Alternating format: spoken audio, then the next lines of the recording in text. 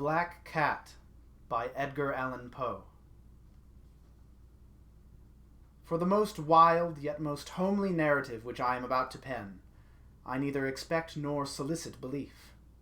Mad indeed would I be to expect it, in a case where my very senses reject their own evidence. Yet mad I am not, and very surely do I not dream. But tomorrow I die, and today I would unburden my soul. My immediate purpose is to place before the world plainly, succinctly, and without comment, a series of mere household events. In their consequences, these events have terrified, have tortured, have destroyed me. Yet I will attempt to expound them. To me, they have presented little but horror. To many they will seem less terrible than Baroque's. Hereafter, perhaps, some intellect may be found which will reduce my phantasm to the commonplace, some intellect more calm, more logical, and far less excitable than my own, which will perceive, in the circumstances I detail, with awe, nothing more than an ordinary succession of very natural causes and effects. From my infancy I was noted for the docility and humanity of my disposition. My tenderness of heart was even so conspicuous as to make me the jest of my companions. I was especially fond of animals, and was indulged by my parents with a great variety of pets. With these I spent most of my time, and never was so happy as when feeding and caressing them. This peculiarity of character grew with my growth, and, in my manhood, I derived from it one of my principal sources of pleasure.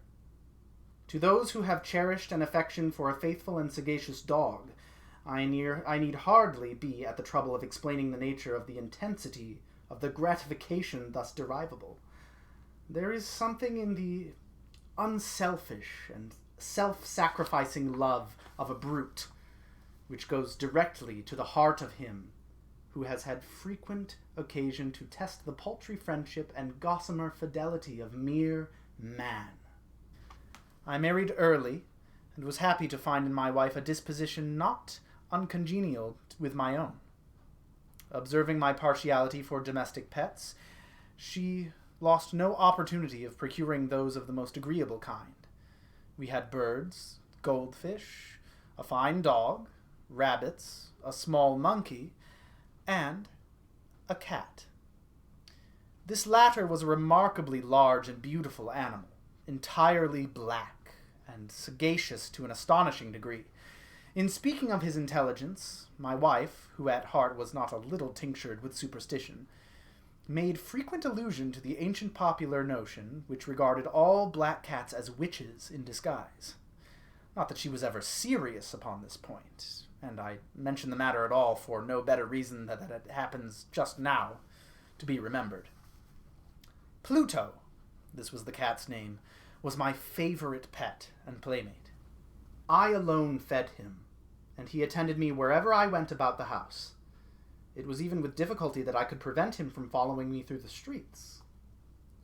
Our friendship lasted in this manner for several years, during which my general temperament and character, through the instrumentality of the fiend intemperance, had, I blush to confess it, experienced a radical alteration for the worse.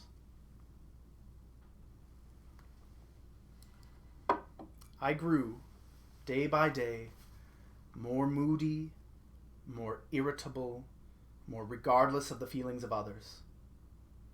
I suffered myself to use intemperate language to my wife.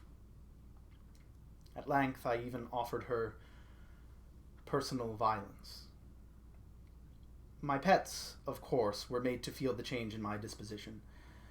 I not only neglected, but ill-used them. For Pluto, however, I still retained sufficient regard to restrain me from maltreating him, as I made no scruple of maltreating the rabbits, the monkey, or even the dog, when by accident or through affection they came in my way. But my disease grew upon me. For what disease is like alcohol? And at length even Pluto, who was now becoming old and consequently somewhat peevish. Even Pluto began to experience the effects of my ill temper. One night, returning home, much intoxicated, from one of my haunts about town, I fancied that the cat avoided my presence. I seized him when, in his fright at my violence, he inflicted a slight wound upon my hand with his teeth. The fury of a demon instantly possessed me. I knew myself no longer. My original soul seemed at once to take its flight from my body, and a more than fiendish malevolence, gin-nurtured, thrilled every fiber of my frame. I took from my waistcoat pocket a penknife, opened it, grasped the poor beast by the throat, and deliberately cut out one of its eyes from the socket. I blush, I burn, I shudder, while I pen this damnable atrocity. When reason returned with the morning, when I had slept off the fumes of the night's debauch, I experienced a sentiment half of horror, half of remorse, for the crime of which I had been guilty. But it was, at best, a feeble and equivocal feeling, and the soul remained untouched. I again plunged into excess, and soon drowned in wine all memory of the deed. In the meantime, the cat slowly recovered. The socket of the lost eye presented, it is true, a frightful appearance, but he no longer appeared to suffer any pain. He went about the house as usual, but, as might be expected, fled in extreme terror at my approach. I had so much of my old heart left as to be at first grieved by this evident dislike on the part of a creature which had once so loved me. But this feeling soon gave place to irritation, and then came, as if to my final and irrevocable overthrow, the spirit of perverseness. Of this spirit philosophy takes no account, yet I am not more sure that my soul lives than I am that perverseness is one of the primitive impulses of the human heart, one of the indivisible primary faculties, or sentiments, which give direction to the character of man. Who has not, 100 times, found himself committing a vile or silly action for no other reason than because he knows he should not? Have we not a perpetual inclination, in the teeth of our best judgment, to violate that which is law, merely because we understand it to be such? This spirit of perverseness, I say, came to my final overthrow. It was this unfathomable longing of the soul to vex itself, to offer violence to its own nature, to do wrong for the wrong's sake only, that urged me to continue and finally to consummate the injury I had inflicted upon the unoffending brute. One morning, in cool blood, I slipped a noose about its neck and hung it in the limb of a tree. Hung it with the tears streaming from my eyes and with the bitterest remorse at my heart. Hung it because I knew that in so doing I was committing a sin. A deadly sin that would jeopardize my immortal soul as to place it, if such a thing were possible, even beyond the reach of the infinite mercy of the most merciful and most terrible God. On the night of the day on which this cruel deed was done, I was aroused from sleep by the cry of fire. The curtains of my bed were in flames. The whole house was blazing. It was with great difficulty that my wife, a servant, and myself made our escape from the conflagration. The destruction was complete. My entire worldly wealth was swallowed up, and I resigned myself thenceforward to despair. I am above the weakness of seeking to establish a sequence of cause and effect between the disaster and the atrocity, but I am detailing a chain of facts, and wish not to leave even a possible link imperfect. On the day succeeding the fire, I visited the ruins. The walls, with one exception, had fallen in. This exception was found in a compartment wall, not very thick, which stood about the middle of the house, and against which had rested the head of my bed. The plastering had here, in great measure, resisted the action of the fire, a fact which I attributed to its having been recently spread. About this wall a dense crowd were collected, and many persons seemed to be examining a particular portion of it with very minute and eager attention. The words "strange," "singular," and other similar expressions excited my curiosity. I approached and saw, as if graven in bas relief upon the white surface, the figure of a gigantic cat. The impression was given with an accuracy truly marvelous. There was a rope about the animal's neck. When I first beheld this apparition, for I could scarcely regard it as less, my wonder and my terror was extreme. But at length reflection came to my aid. The cat, I remembered, had been hung in a garden adjacent to the house. Upon the alarm of fire, this garden had been immediately filled by the crowd, by some, one of whom the animal must have been cut from the tree and thrown, through an open window, into my chamber. This had probably been done with the view of arousing me from sleep. The falling of other walls had compressed the victim of my cruelty into the substance of the freshly spread plaster, the lime of which, with the flames, and the ammonia from the carcass, had then accomplished the portraiture as I saw it.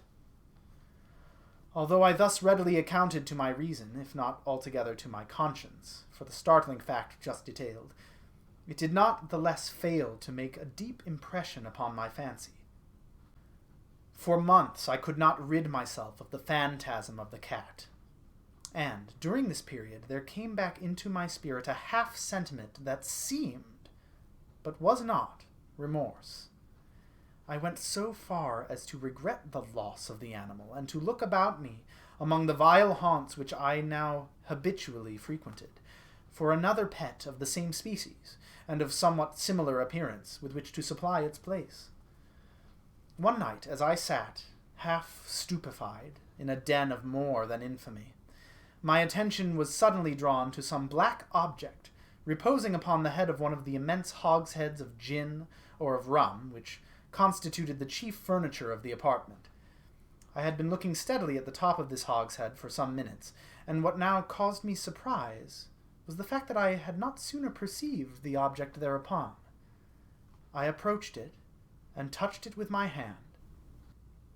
It was a black cat, a very large one, fully as large as Pluto, and closely resembling him in every respect but one. Pluto had not a white hair upon any portion of his body, but this cat had a large, although indefinite, splotch of white, covering nearly the whole region of the breast. Upon my touching him, he immediately arose, purred loudly, rubbed against my hand, and appeared delighted with my notice. This, then, was the very creature of which I was in search. I at once offered to purchase it of the landlord, but this person made no claim to it, knew nothing of it, had never seen it before. I continued my caresses, and when I prepared to go home, the animal evinced a disposition to accompany me. I permitted it to do so, occasionally stooping and patting it as I proceeded. When it reached the house, it domesticated itself at once, and became immediately a great favorite with my wife. For my own part, I soon found a dislike to it arising within me.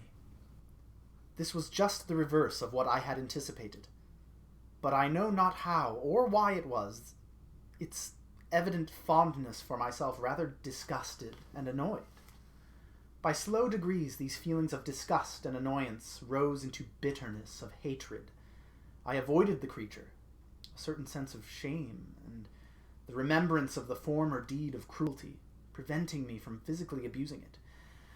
I did not, for some weeks, strike or otherwise violently ill-use it, but gradually, very gradually, I came to look upon it with unutterable loathing, and to flee silently from its odious presence, as from the breath of a pestilence. What added, no doubt, to my hatred of the beast was the discovery on the morning after I brought it home that, like Pluto, it also had been deprived of one of its eyes. This circumstance, however, only endeared it to my wife, who, as I have already said, possessed, in a high degree, that humanity of feeling which had once been my distinguishing trait, and the source of many of my simplest and purest pleasures. With my aversion to this cat, however, its partiality for myself seemed to increase. It followed my footsteps with a pertinacity which it would be difficult to make the reader comprehend. Whenever I sat, it would crouch beneath my chair, or spring upon my knees, covering me with its loathsome caresses. If I arose to walk, it would get between my feet and thus nearly throw me down, or fastening its long and sharp claws in my dress, clamber, in this manner, to my breast. At such times, although I longed to destroy it with a blow, I was yet withheld from so doing, partly by a memory of my former crime, but chiefly, let me confess it at once, by absolute dread of the beast. This dread was not exactly a dread of physical evil, and yet I should be at a loss how otherwise to define it. I am almost ashamed to own, yes, even in this felon's cell, I am almost ashamed to own that the terror and horror with which the animal inspired me had been heightened by one of the merest chimeras it would be possible to conceive. My wife had called my attention more than once to the character of the mark of white hair of which I have spoken, and which constituted the sole visible difference between the strange beast and the one I had destroyed. The reader will remember that this mark, although large, had been originally very indefinite, but by slow degrees nearly imperceptible, and which for a long time any reason struggled to reject as fanciful, it had at length assumed a rigorous distinctness of an outline. It was now the representation of an object that I shudder to name, and for this, above all, I loathed and dreaded and would have rid myself of the monster had I dared. It was now, I say, the image of a hideous, of a ghastly thing, of the gallows. Mournful and terrible engine of horror and of the crime, of agony and of death. And now was I indeed wretched beyond the wretchedness of mere humanity, and a brute beast, whose fellow I had contemptuously destroyed, a brute beast to work out for me a man, fashioned in the image of the high God, so much of insufferable woe. Alas! Neither by day nor by night I knew the blessing of rest any more. During the former, the creature left me no moment alone, and in the latter, I started hourly from dreams of unutterable fear, to find the hot breath of the thing upon my face, and a vast weight, an incarnate nightmare that I had no power to shake off, incumbent eternally upon my heart. Beneath the pressure of torments such as these, the feeble remnant of the good within me succumbed. Evil thoughts became my sole intimates, the darkest and most evil of thoughts. The moodiness of my usual temper increased to hatred of all things and of all mankind, while, from the sudden, frequent, and ungovernable outbursts of a fury to which I now blindly abandoned myself, my uncomplaining wife, alas, was the most usual and the most patient of sufferers. One day she accompanied me, upon some household errand, into the cellar of the old building which our poverty compelled us to inhabit. The cat followed me down the steep stairs, and, nearly throwing me headlong, exasperated me to madness. Uplifting an axe, and forgetting, in my wrath, the childish dread which had hitherto stayed my hand, I aimed a blow at the animal which, of course, would have proved instantly fatal had it descended as I wished. But this blow was arrested by the hand of my wife, goaded by the interference into a rage more than demoniacal. I withdrew my arm from her grasp and buried the axe in her brain. She fell dead upon the spot, without a groan. This hideous murder accomplished, I set myself forthwith, and with entire deliberation, to the task of concealing the body. I knew that I could not remove it from the house, either by day or by night, without the risk of being observed by the neighbors. Many projects entered my mind. At one period I thought of cutting the corpse into minute fragments and destroying them by fire. At another I resolved to dig a grave for it in the floor of the cellar. Again I deliberated about casting it in the well in the yard, about packing it in a box as if merchandise with the usual arrangements, and so getting a porter to take it from the house. Finally, I hit upon what I considered a far better expedient than either of these. I determined to wall it up in the cellar, as the monks of the Middle Ages are recorded to have walled up their victims. For a purpose such as this, the cellar was well adapted. Its walls were loosely constructed, and had lately been plastered throughout with a rough plaster, which the dampness of the atmosphere had prevented from hardening. Moreover, in one of the walls was a projection, caused by a false chimney or fireplace that had been filled up and made to resemble the rest of the cellar. I made no doubt that I could readily displace the bricks of this point, insert the corpse, and wall the whole up as before, so that no eye could detect anything suspicious. And in this calculation I was not deceived. By means of a crowbar I easily dislodged the bricks, and, having carefully deposited the body against the inner wall, I propped it in that position, while, with little trouble, I relaid the whole structure as it originally stood. Having procured mortar, sand, and hair, with every possible precaution, I prepared a plaster which could not be distinguished from the old, and with this I very carefully went over the new brickwork. When I had finished, I felt satisfied that all was right. The wall did not present the slightest appearance of having been disturbed. The rubbish on the floor was picked up with the minutest care. I looked around triumphantly and said to myself, "Here, at least, then, my labor has not been in vain." My next step was to look for the beast which had been the cause of so much wretchedness, for I had at length firmly resolved to put it to death. Had I been able to meet with it at that moment, there could have been no doubt of its fate, but it appeared that the crafty animal had been alarmed at the violence of my previous anger, and forbore to present itself in my present mood.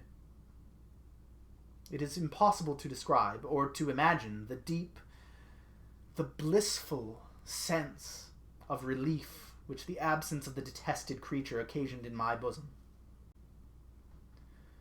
It did not make its appearance during the night, and thus, for the one night at least, since its introduction into the house, I soundly and tranquilly slept. I slept, even with the burden of murder upon my soul. The second and the third day passed, and still my tormentor came not. Once again I breathed a freeman. The monster, in terror, had fled the premises forever. I should behold it no more. My happiness was supreme.